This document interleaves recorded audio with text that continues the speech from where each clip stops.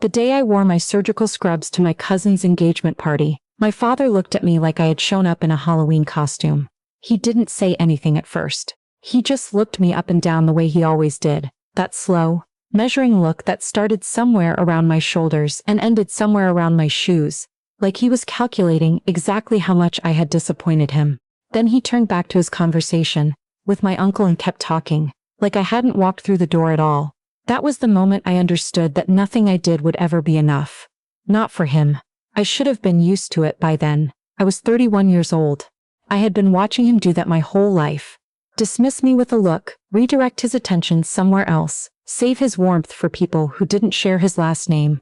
But it still landed somewhere deep in my chest, the way it always did, like a door shutting quietly in a room you thought was open. My mother met me in the hallway. She took my coat and squeezed my arm and whispered, "You look tired, sweetheart. Did you eat?" That was her way. She couldn't fix what my father was, but she could make sure I had eaten. I told her I had grabbed something on the way. She didn't believe me, but she let it go. The party was at my aunt and uncle's house in Oakville, a big split level with a finished basement that smelled like cedar and old carpet, the kind of house that had been lived in so long it had started to feel like a person. My cousin Tobias was getting engaged to a woman named Charlotte, and the whole family had come in from across Ontario to celebrate.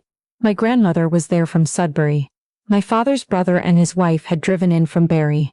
There were people I recognized and people I didn't, and all of them seemed to be having a better time than me. I had just come off a 40-hour stretch at Toronto General.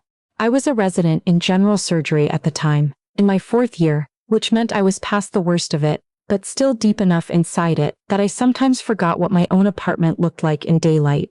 I hadn't planned to come to the party at all, but my mother had called 3 times and my grandmother had called once, and I knew that if I didn't show up, my father would find a way to make that mean something about me. So I came, in my scrubs, because I didn't have time to go home and change. Because I had spent the last 2 days in an operating room, and the 40 minutes of driving from the hospital to Oakville was 40 minutes I could either spend being present or spend sleeping, and I chose present. I should have chosen sleep. My father's name was never something I was allowed to complain about. In our family, he was the standard. He had built a small contracting business from nothing after immigrating from Trinidad in his early 20s, and by the time I was growing up, we had a house in Mississauga, and 2 cars and a backyard with a deck he had built himself. He was proud of that. He had every right to be, but somewhere along the way, the pride in what he had built became a measuring stick he held up against everything and everyone else, including me. He respected people who worked with their hands. He respected people who built things, respected men who started businesses and women who kept good homes. He did not particularly respect surgeons, because surgery was something he didn't fully understand, and my father was not a man who easily admitted to not understanding something. He preferred to dismiss what he didn't understand. It was easier. When I was accepted to medical school at McMaster, he asked me how much it was going to cost. When I finished and matched into surgical residency, he said, "You sure you can handle the hours?" When I told him I was specializing in hepatobiliary surgery, liver, pancreas, bile ducts, he nodded slowly and said, "So you'll be like a regular doctor then. But more school." I stopped trying to explain it to him after that. The thing about growing up with a parent who doesn't see you is that you spend a long time trying to make yourself more visible. You achieve things hoping they'll stack up high enough for the person to finally look over and notice. You win awards. You get into programs. You graduate near the top of your class. You stay late. You push harder. You take the difficult cases because part of you, the part that still wants to be seen, believes that if you just do enough, the right person will eventually turn around. My father never turned around. What he did instead was redirect. Every time I accomplished something, he found someone else to talk about. When I got into McMaster, he spent dinner talking about a neighbor's son who had just been hired at a Bay Street firm. When I finished my first year of residency, he brought up a man from his church who had started a business importing specialty foods and was really making something of himself. There was always someone else whose achievement was more tangible, more comprehensible, more worthy of his particular kind of admiration. I learned not to tell him things. It was easier that way. My mother knew this. She tried, in her quiet way, to compensate. She kept a folder on her phone of every article that mentioned the hospital's surgical program. She had called the hospital once. I found out later, just to ask the receptionist if the program was considered good. The receptionist had apparently said, one of the best in the country. And my mother had hung up and not told my father because she knew it wouldn't matter to him anyway. She knew. She always knew. But there was only so much she could do. At the party, I found my grandmother in the kitchen helping my aunt slice something. And I sat with her for a while because being near her was the closest thing to rest that I was going to get. She was a small woman, my grandmother, with sharp eyes and a very straight back and the particular kind of authority that comes from having lived long enough to know what is worth worrying about and what isn't. She looked at my scrubs and she said, "Long day?" "Long 2 days," I said. She handed me a piece of cake on a small plate and said, "Eat that," and I did. She didn't ask about my father. She didn't have to. She had been watching him her whole life too. Later, when I drifted back into the living room, I found him holding court near the fireplace with my uncle and a man I didn't recognize. Tall, silver-haired, the kind of put-together that suggested money, or at least the careful management of its appearance. My father was telling a story I had heard before, something about a job in Etobicoke that had gone sideways because of a bad subcontractor, and the way he told it made the story about him solving the problem through sheer competence and force of will, which was probably partially true and probably not entirely true. But the man with silver hair was laughing and nodding, and my father was lit up in a way I recognized. That was the version of him I had always wanted to be on the receiving end of. That ease, that warmth, that openness. He never talked to me like that. I was heading to the kitchen to find more water when I heard the silver-haired man say something about St. Michael's Hospital. He was on some kind of board, apparently, or involved with fundraising, something like that. I didn't catch all of it, but I heard my father's voice shift slightly, the way it did when he was about to introduce someone, and I slowed down. "My son-in-law works in finance," my father said. "And my daughter," a pause, "she's in medicine, still in training, still in training." I was 31 years old. I was 4 years into a surgical residency. The year before, I had been part of a team that performed the third robotic-assisted hepatectomy in Ontario. I had presented research at a conference in Montreal. I was, by any reasonable measure, not still in training in the way that phrase implies incompletion. But that was how he said it. Like I was somewhere in the middle of becoming something. Like I hadn't already become it. I kept walking. The moment that changed everything didn't happen at the party. It happened 3 months later, and it happened in a way that I never could have planned, which I think is why it affected me the way it did. My father had developed a problem with his gallbladder. He had been ignoring the symptoms for months. That was very much like him, to ignore something physical until ignoring it became untenable. And by the time his family doctor referred him to a specialist, the situation had become complicated enough that they were recommending surgery. Not emergency surgery, but the kind that needed to happen soon, with a surgeon who had experience with atypical presentations. He didn't tell me. I found out from my mother, who called me on a Tuesday evening sounding carefully calm the way she always did when she was actually worried. She explained the situation. She told me which hospital he had been referred to. She told me the surgeon's name. The surgeon's name was Dr. Okonkwo, and I knew Dr. Okonkwo. I had trained under Dr. Okonkwo for 8 months in my second year of residency. He was one of the best hepatobiliary surgeons in Ontario, possibly in the country. A careful and methodical man with a very specific way of explaining procedures that made even complicated things feel manageable. He was also the surgeon who had written one of my strongest letters of recommendation. I didn't call my father. I wasn't sure what I would have said. But 2 days later my mother called again and said that my father's appointment had been moved up, and would I be able to come? Not to do anything, she said quickly, just to be there. To ask questions if needed. She said she was worried she wouldn't understand everything the doctor said. She was not actually worried about that. My mother was a sharp woman who had navigated every administrative and medical complexity of our family's life for 30 years. But I understood what she was really asking, and I said yes. The appointment was at Toronto General, which was of course where I did my residency. We got there early. My father was quiet in the car, more quiet than usual, which told me he was more frightened than he wanted to admit. Fear made him compact himself, fold in his usual opinions and pronouncements, and redirect his energy toward controlling his face. He sat in the passenger seat and looked out the window and didn't say much of anything. At the front entrance, we were met by the scheduling coordinator who checked us in, and I watched my father's eyes move around the lobby, the way they always did in spaces he didn't understand. Assessing, gauging, trying to find the hierarchy so he could locate himself within it. He was wearing a good shirt. He had dressed up, in the way people sometimes dress up for appointments they're nervous about, as if looking composed might actually help. We sat in the waiting area outside the surgical consultation clinic. My father held the folder of his test results on his lap and kept straightening it, corners to corners, the way he used to straighten newspapers when I was a child. I was about to say something, I don't know what, something small and neutral, when the door to the clinic opened and Dr. Okonkwo stepped into the waiting room. He was looking at a tablet in his hand, and he was saying something to the nurse beside him, and then he looked up and saw me, and he stopped. "Well," he said, and then he smiled. A real warm, immediate smile, the kind that takes over a person's whole face. "I didn't realize this was your family. How long has it been? 18 months? About that," I said. He looked at my father. "You have a remarkable daughter," he said, without any preamble, without any setup, just as a statement of fact the way a person mentions the weather. "She was one of the strongest residents I've worked with in 15 years. I told her she had a gift for the complex cases, and she does." He looked back at me. "Are you still doing hepatobiliary?" "Yes," I said. "I'm finishing up my fellowship component in the fall." He nodded approvingly. "Good. We need more people like you in this specialty." Then he looked back at my father, with the kind of frank, professional directness he applied to everything. "We're going to take good care of you. But you should know your daughter could probably have handled this case herself in another year or two. She's that good."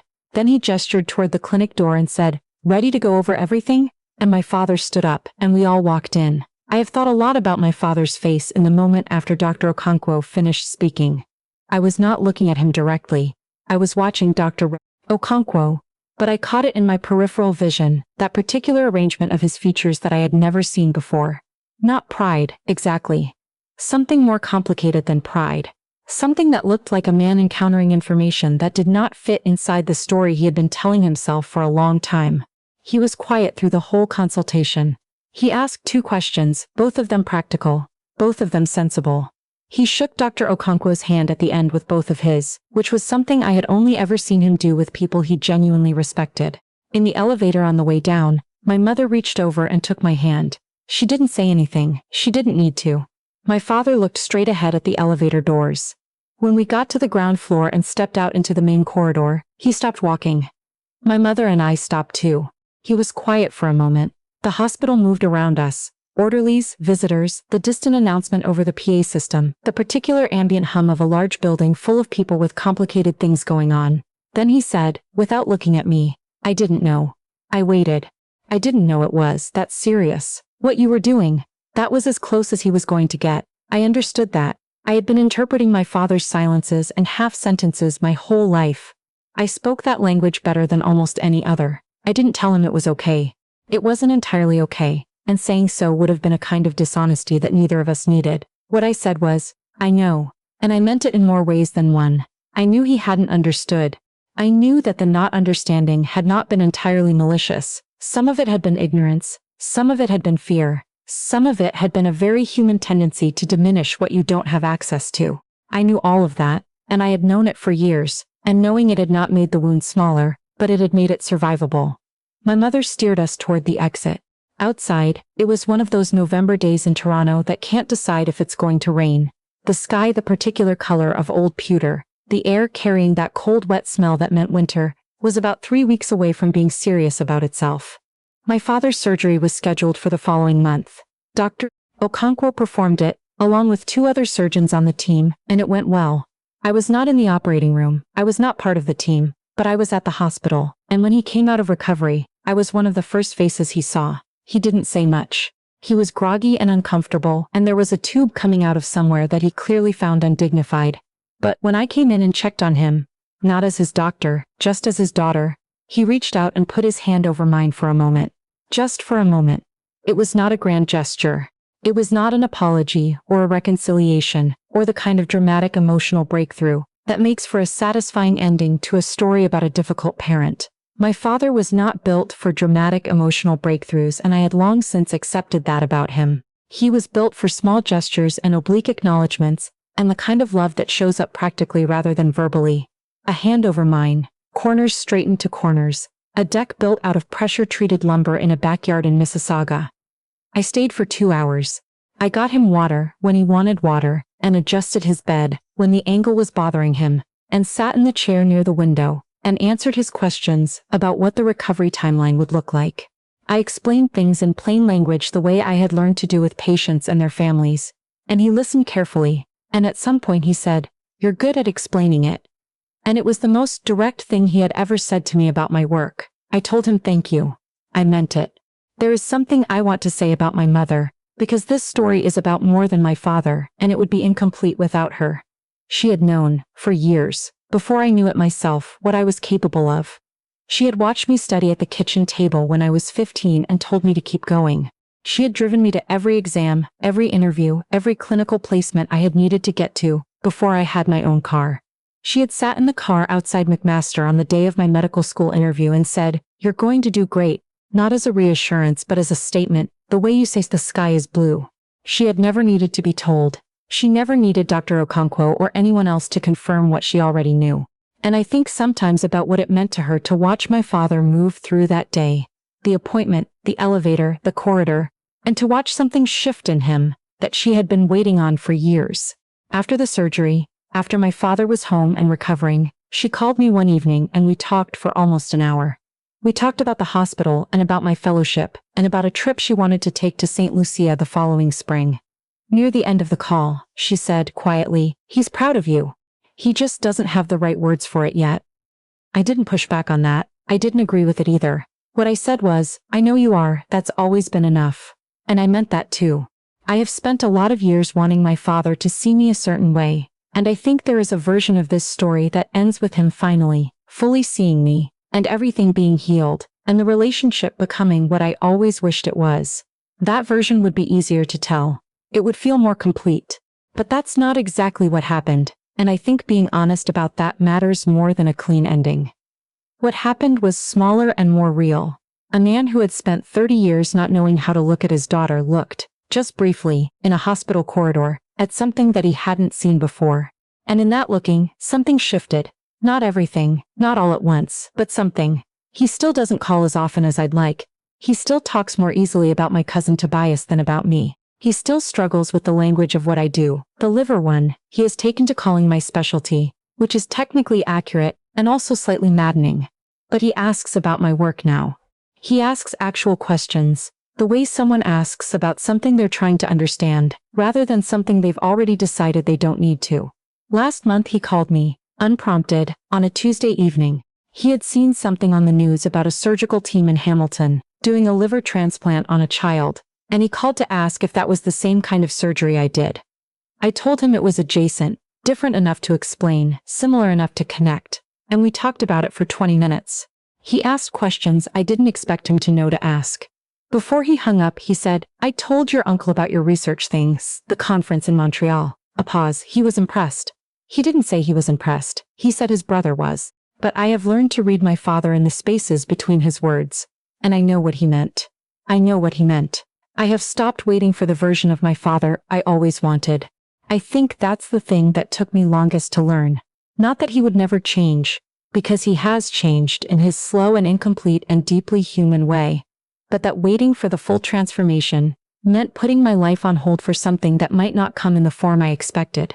I built my career without his approval. I built my confidence in operating rooms and difficult cases, and the particular satisfaction of a procedure that goes well. Of a patient who comes back 6 months later looking like themselves again, of the work itself being enough. I built friendships and a life in Toronto that I am genuinely glad to live. I found the people, my mother, my grandmother, colleagues, mentors like Dr. Okonkwo, who reflected back to me the version of myself that I had worked to become. That turned out to be enough. More than enough, actually. I am not sure my father and I will ever have the relationship I spent so long wishing for. But I think we have something real now. Something honest, something built on what we actually are to each other, rather than what I hoped we would be. And I have stopped grieving the distance between those two things. He called his daughter still in training, at a party in Oakville. And 3 months later, a surgeon he deeply respected told him she was remarkable. And somewhere in between those two moments, something rearranged itself in him. He is still the man he was. I am still the woman I made myself into. But we are finding, slowly, a language we can almost share. That is not everything I wanted. It is more than I expected. And standing in that hospital corridor in November, watching my father process something he didn't have words for yet, my mother's hand finding mine in the space between us, that was enough to hold on to. That was real. That was mine.